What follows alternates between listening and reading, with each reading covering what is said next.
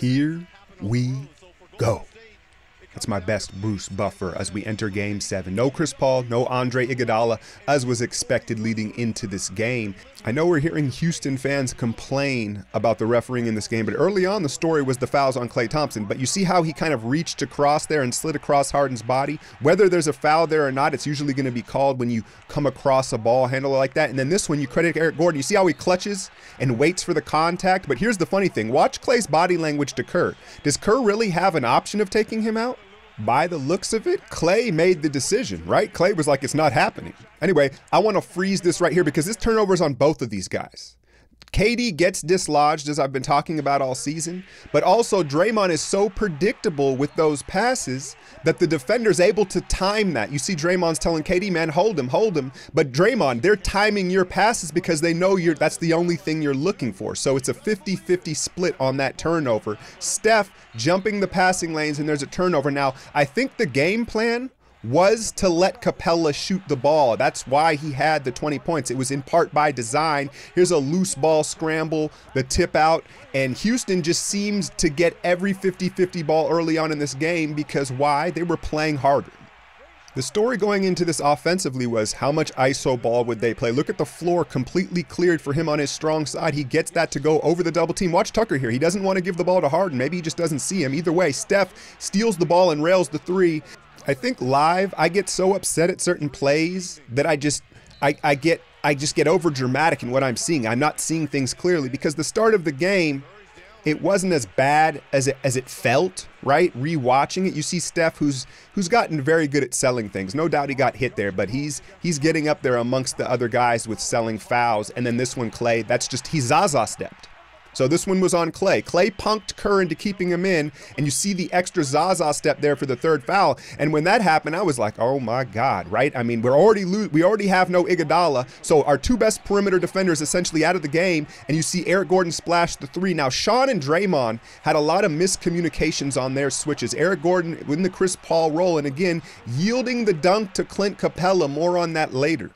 And this was another instance here where I was just cursing up and down. When KD, what does he shoot? 90% from the line, misses 2 in a row in Game 7. The omen, it's just such a bad look. But let's give Steve a lot of credit for this hack of Capella because I think it worked every time they did it. He either split or missed both of them. I want you to look at his free throw. It's fundamentally flawed. At the end of his release, his hands swerve off to the left every time. So he's just technically, he shouldn't be making many free throws. Watch right here. You see how it swerves off as it starts to elevate in his release? That's in every one of those. And then KD rises up. Jordan Bell all over the offensive glass with energy. And then I kept this highlight running because I want to show Draymond. Watch him hop into this three. We need him to shoot that. Either shoot that or attack the space, right? And there was several threes that he just paused on that really hurt us, I felt like. And then there's Bell with a mistake, right? He didn't get out. He left the corner shooter. But I just think we got to live with Bell's mistakes because he's going to make plays as well. Styles make fights, and Looney, he does some things well, but he's the conservative play, right? Looney's not going to mess up, but he's probably not going to make very many plays where Bell, he'll mess up a couple times, but then look, he's going to make some plays. He's going to give us some energy plays. He forces the turnover here and then runs the floor hard, allowing Draymond to finish as the trailer. Now, more on Draymond, and I understand he sprained his ankle at some point in this game, but I'm just talking, let's just look at how the defense is playing him. Take a look at this. Look at the space. Now, Steph, okay, that's not there. He's looking, and then an out of rhythm, long three ball. I know that he's worn down and he's hurting a little bit, but we need more aggression out of him offensively. I keep beating on that drum. Now, to Harden's credit, I thought he got to the rim and went to the rim more than we had seen in previous games. Jordan Bell's going to learn you can't put back slam everything. He had a couple opportunities. He's hunting for that highlight. He will learn. But the biggest strategic error in this game was playing Ryan Anderson over Luke Emamute. And I understand Luke, I'm butchering his name, hasn't played well, but we really took advantage of Ryan Anderson and it opened up the offense. Another overlooked gutsy call was look at Klay with 3 fouls starting the second quarter. And you can see Tucker, they kind of tried to target him, but he kept away from his 4th foul. Eric Gordon doing his best Chris Paul impersonation, but you see the difference. KD guarding him above the 3-point line was a huge move all game long. Here's another Draymond sequence. Let's freeze it. look at the spacing on the floor, right? So he doesn't necessarily have to shoot that shot, especially after he's paused with it. Go ahead and just move downhill. That's when Draymond's at his best. Eric Gordon goes back coast to coast and gets the lay-in. The other storyline early in this game was the offensive rebounding from the Houston Rockets. And moving forward into this finals, I don't have to point out about Tristan Thompson and Kevin Love. We know that that is one of their top skills. And you see Capella and Tucker just pounded us on the offensive glass. A lot of it was effort, but part of it was fundamentally not boxing them out. Harden all the way left. And look, Capella just using his size, the tip out. We know luck favors the aggressor. And Houston got every loose ball. Now, here's the strategy that I'm talking about. Now, watch Draymond and Sean here. They had some communication issues, but you see how they both jump at Harden, daring him to make that pass? So part of me thinks that was strategic. Like, all right, Capella hasn't scored much. Let's make him, the young Capella, be the scorer in Game 7. Now, watch Steph right here. That's on Steph. See that cut? Draymond's making the right read there, so not all of those turnovers are on the passer. I did like our off-ball defense all night. It was very active, but we just dodged a huge bullet there, man. It's about time Steph got some luck with his ankles, right? Because you look at this and you just know how bad that could have been. Here's another look at Sean and Draymond in the pick and roll. Look at Sean. He kind of dies on that. I don't know, strategy or Sean. Sean is not that great fighting over screens. He's much better as a team defender, right? Rotations. But on ball, Sean, maybe not as good as his reputation is. Klay, just look at this dude, man. It is a fact that Klay rises. It's no longer like, hey, it's a coincidence. No, big game, Klay's going to be there.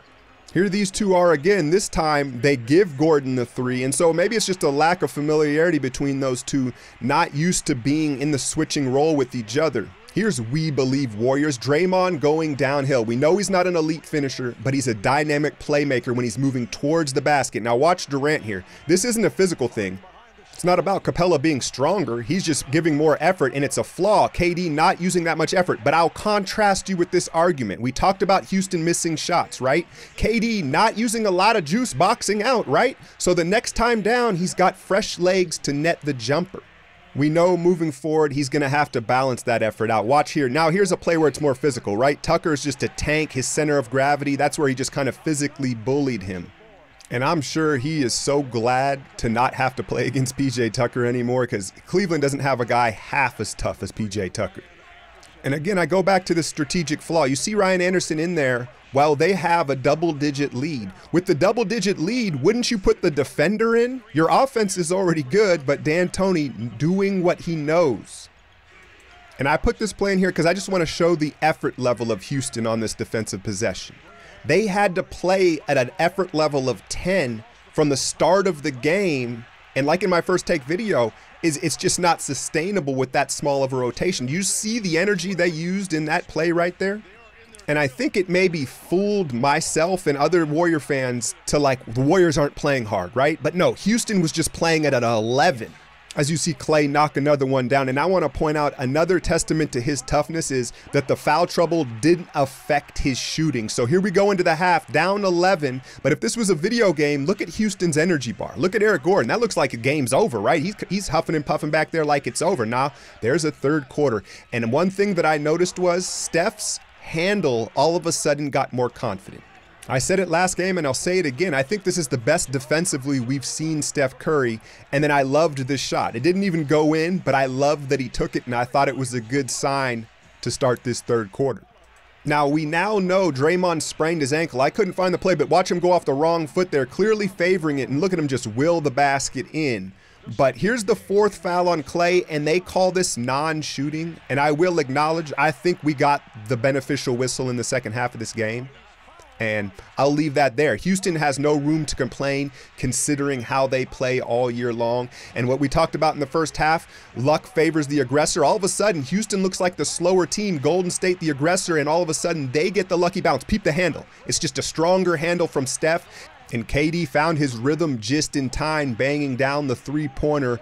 I love the minutes Nick Young got us here. You see us get out in transition. KD makes the extra pass, and Nick knocks down, I believe, his lone shot of the night. But defensively, he got after it. He hit the floor. He was very physical and has earned himself more time in the finals. Here's Bell just making, right? That's just his personality. He's always going to go for the big home run play at the rim. That's just what it is, until maybe he slows down later in his career. And then I did not know what to make of this. You know my rule. You don't help the opponent up until it's over. And then there was this bitch-assness between those two. So I didn't even know how to read that, man. Here's Steph. Look at the handle, man. That's a different handle. And then this play, you can expect to see a lot of this against the Cleveland Cavs. I'm going to break down what they may probably counter with. Tucker, here's the turnover. Watch Nick Young on this possession. The extra effort, the closeout, not letting them shoot the threes. Watch Nick. Close out, and then a third closeout from Swaggy. Far from fundamental, but it got the job done, and he's showing he wants it. And we were waiting for this for a few games, right? When KD goes into unfair mode, where he just goes into, you know, unicorn mode. It's like there's nothing you can do. And he started to hit a few of those shots as well as Steph. Look at that. It's just a different dribble, man. I don't know what it is, but I'm going to hold it here. So against Cleveland, Capella, the big's probably going to have to jump out and they're going to trap and dare Steph to make a pass to the rolling screen setter. I think that's the only counter move you can make against that play. So Golden State takes the lead. Now you've got Steph in rhythm, you've got KD in rhythm, and Ryan Anderson still out on the floor, and Steph gets the ultimate shooter's role. I feel like Houston has got those roles all series long, and in Game 7, Golden State finally started to get them. And the defense just ramped up. Look at the closeouts. Look at Bell close out twice. You see how he made that read? You don't teach that. He just has good defensive instincts. The hustle and just running him off the three-point line, the scrambling and the fatigue from Houston just completely broke their rhythm. But let's credit the Warriors' scrambling defense, and then Steph just pulls the trigger. And this is when you were like, okay, Houston, we have a problem. Steph had, what, 14 of his 29 in the third quarter that really got him going. That's just a strong big boy drive right there. And I don't think Harden, I will say this, as much as I don't like him, I don't think he folded. I want to give him at least the credit for, I thought he continued his effort all the way till the end. You see him get left the touch foul. So let's go back to the strategy of letting Capella be the scorer. Watch Steph pinch down and then jump to the corner, right? And that was almost set up by the fact that they were letting Capella catch the ball in the first half, and then Clay, no one else does weirder things shooting the ball in and out of balance than Clay, and he nails that one. I had talked about KD making the adjustment on Eric Gordon on the three-point line, and he did that to his credit, and then this one I felt like was kind of the dagger. I know there was still an eternity left in the game, but KD, he stuck the dagger in him, and then Steph shoved it in deeper and twisted it with the step-back three. Shout out to the 40 water on the baseline, traveling for all of those games. The other huge aspect of closing this game was watch Steph's defense there. No bailout call for James Harden. They understood what Houston was trying to do and that they just couldn't yield the three. Now watch this. Moving forward, KD, watch him point to Clay. He's like, I got you, my bad. I need to make that pass. So that bodes well moving forward. KD starting to figure it out. Eric Gordon was their last breath, right? Look at him cut the lead here to, I believe, 6. And yeah, I said Harden didn't fold, but let's face it, it was Eric Gordon that led the last thrust for the Rockets. There they are trying to feed Capella. Steph and the weak side defense was ready, perhaps from the strategy. So I was hard on Kerr, man. I questioned his control of games late, so I got to give him credit for the hack of Capella strategy, and as well as perhaps allowing him to be an offensive weapon early in this game, because it all worked out as the game unfolded. And then Durant, right, like I said, unicorn mode. And we'd been waiting for this for what, since game 1, and it finally came to fruition right when we needed it. Harden, and I'm pointing this out because Draymond understanding we can give up the mid-range, we just can't give up a three-pointer. And I thought they executed that perfectly to end the game. Here we go, and another example, Draymond just not right. Only 2 days until the finals. I think that's the story going into the finals, along with Iguodala's health, is how much of Draymond Green are we going to get, at what percentage? We know we're going to get him, but what will his battery level be at? As you see, the final few possessions, we kind of went into a prevent defense, right, where we just kind of played the clock down, and it resulted in some ugly possessions.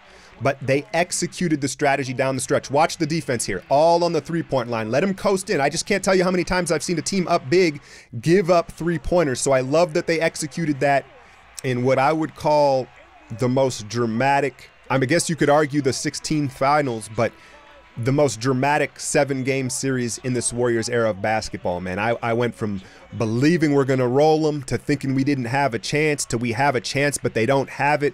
And just such an emotional roller coaster. But with only 2 days until the NBA Finals, again, the health of Draymond and Iguodala will be the question.